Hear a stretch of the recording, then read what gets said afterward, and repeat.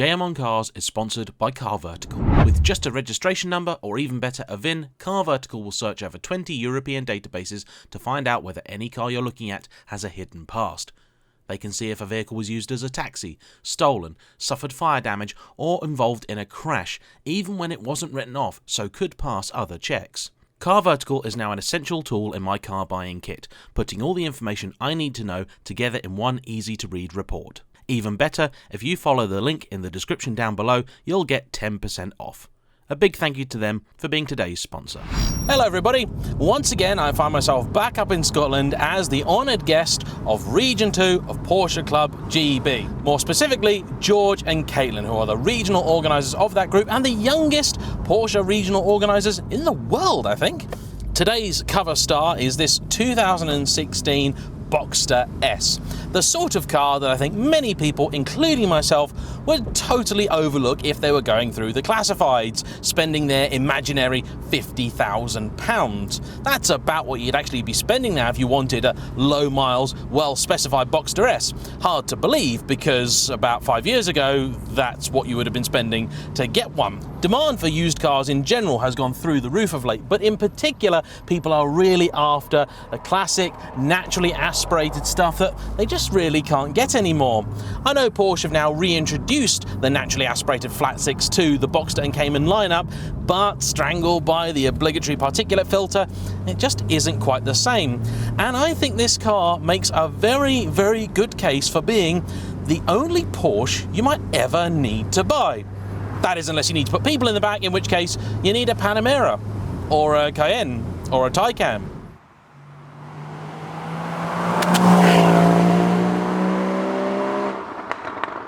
It is, on the face of it, I suppose, a reasonably boring thing. It's a silver Boxster S, just over 300 horsepower, about 1,400 kilos. It has a PDK gearbox, and you might not think it's anything remarkable at all. But that's not how Stephen feels about it, and that's very important, because how owners feel about their cars is really all that ever matters. What you think of your own car is essential. If you don't like it, get rid of it. If you love it, keep it. It's that easy, I think.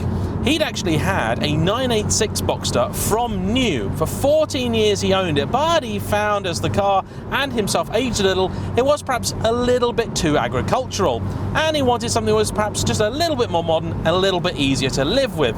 So he started looking for a 981. The 718 was already being introduced with its new 4-cylinder turbocharged engine, but he knew that wasn't what he wanted. It took quite a bit of time and research to find this exact car. It had what he needed, this beautiful silver paintwork, which actually looks much better in person than I give it credit for. It's not GT silver, nor is it Arctic silver. It's rhodium silver, or rhodesium silver, or rhododendron, or it's something anyway, but it's not GT silver. The options he was really on the lookout for were the Sports Chrono Pack, which I think is just a bit of a joke, but you do really need it if you are going to buy yourself a sporty Porsche, and the Sports Exhaust. Other than that, this car doesn't really have that much. It's got manual but very sporty seats, which I rather like and are quite comfortable, and it also has this extended leather, although it's a bit odd because it's just like they've kind of just put leather on top of the plastic with no sort of padding or anything under it, so it doesn't feel that fancy. But that's okay, because it does look a lot nicer and really lifts this cabin. There's also a lot of bright work in here. It's got this aluminium package, which for my tastes is perhaps a little bit much. It's a lot.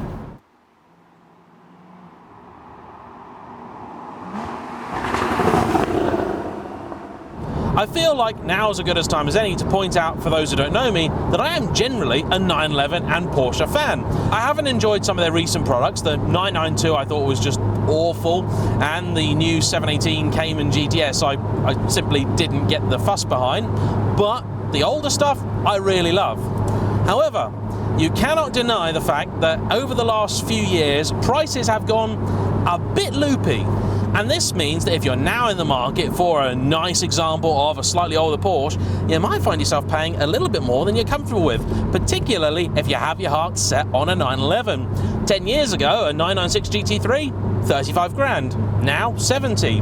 10 years ago, a 993 C2, about 30 grand, now 70. 964s, 10 years ago, pick one of those up, 10 or 15 grand. Now, you don't even want to know. But the good news is that all hope is not lost, because you might find everything you're looking for in a 911 elsewhere. No, a Boxster or Cayman don't have that iconic badge and that famous rear engine placement, but the truth is, over the last 2 decades, the 911 has become increasingly less rear engine, to the point where it's only a good sneeze really from being a mid-engine car. These therefore demonstrate much of the same sort of fine handling ability, if not the outright performance, but you know what? That's not always a bad thing, because if you want to, you can still make very fine progress in one of these. Allow me to demonstrate by putting the gearbox into manual mode, the car into Sports Plus, the exhaust into noisy, and having some fun.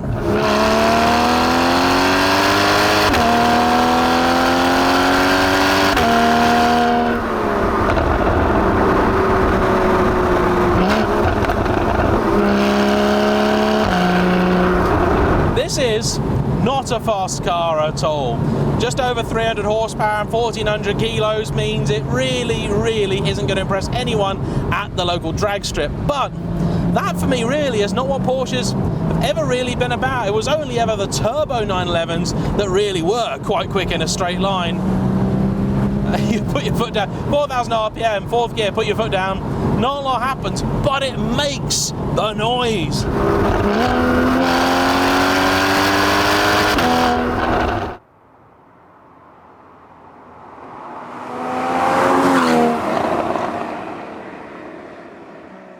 And so 60 mile an hour suddenly feels like 90 mile an hour. You become an absolute hero in this car.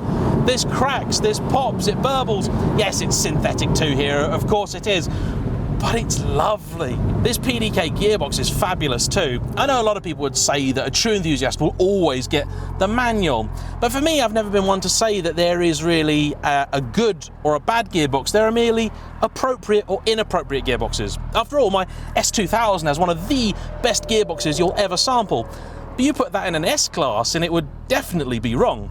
Hilarious, but wrong. This generation of Boxster and Cayman is also one of those rarities where both transmission options were fabulous. The 6-speed is crisp, sweet, and a delight to use, and this PDK is properly brilliant.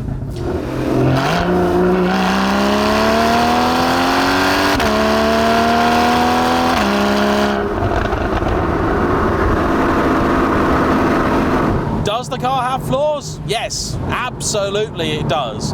They are still a lot of money. The interior doesn't feel perhaps as nice as it should if you don't get all the extended leather and the right options and everything. There are too many options to choose from, which means trying to find the right one on the used market an absolute pain in the backside. The steering is a little bit dead too. It doesn't have the chuckability and the hilarious response of, say, a 987, nor does it have the wondrous texture and wriggling feel of a 996 or certainly a 993. But it does give you some confidence. The seats are fantastic, and for little sections like this, which are nice and tight and twisty, you feel like a hero.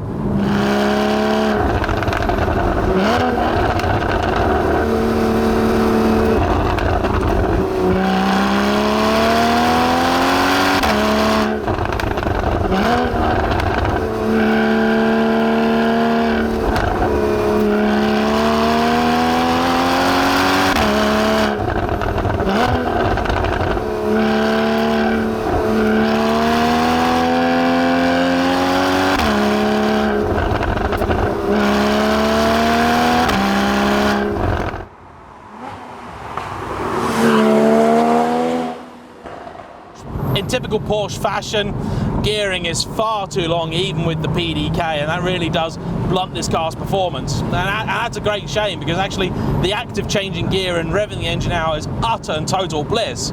You can only really do it twice before you hit the legal limit. That's a crying shame.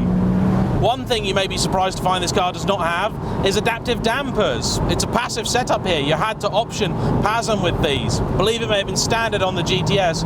But you know something? These are absolutely fine. They strike a really good balance between being comfortable and sporting. It's a really good ride, this. You get the wind in your hair, but it's not actually too noisy.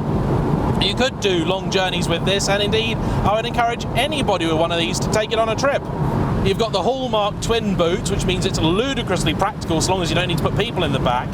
You've also got the Porsche Club to back you up and support you if you ever need help or anything like that, and I would never be forgiven if I didn't mention them, particularly if you do find yourself in the north of Scotland and you're in a Porsche. Please do drop George and Caitlin a line. The details of how to do that will be in the description down below. So why then is it that I just find myself not lusting after a 911 anymore? Well, it's not that I don't want one.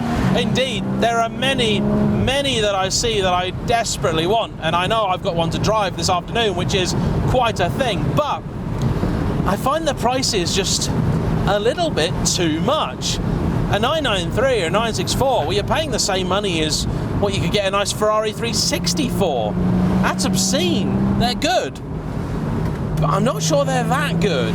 If you've already got one and you paid very little money for it years ago, great, brilliant, enjoy it. And something Stephen does with this car I really like to see is that he does treat this car really well. He does clean it all the time. It is garaged. It doesn't go on the road during winter, but he also drives it properly. He encouraged me to make sure that I really enjoyed the car and gave it all that it had, and rightly so, because it's a wonderful thing to do that in.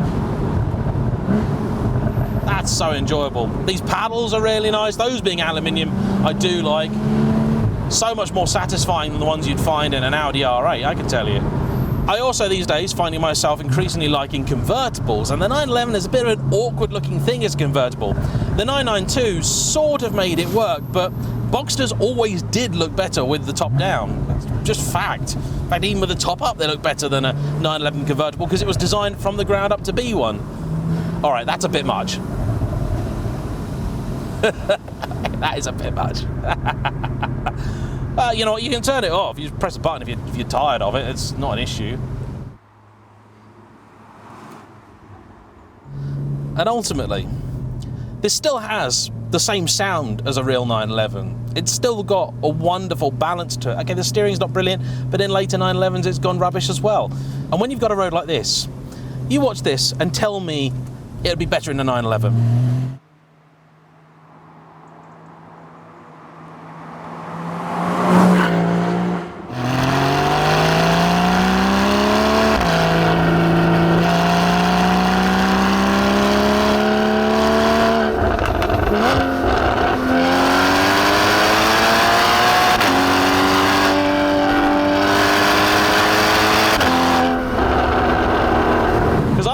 It would be sensational, absolutely wondrous. Dip into this corner, drop a gear, lean in, bit of acceleration on the way out, lovely. Only just about doing the national speed limit, having the time of my life. And the thing with great Porsches, great 911s, is that once you really get into them, the car itself just really melts away and then it becomes irrelevant. If you're into it for the driving experience, not the posing with your friends and telling them that yours is the best spec you could possibly find, this is absolutely fantastic. It does everything you could ever need of a sports car and then some. I think it'd be very easy to look at a car like a 911 and just think, you know, why would you have a Boxster instead? Nowadays, I look at the 911 and I just think, why would I have one of those instead of a Boxster? Just about the only 911 I'd entertain would be a 996, and the problem is, I've already had one of those.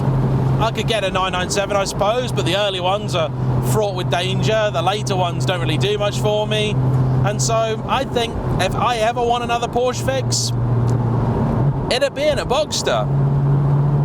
I used to look down upon them, like I think many do, but now, for me, it's the one to have. So I want to say a real big thank you to Stephen for bringing his delightful car out today.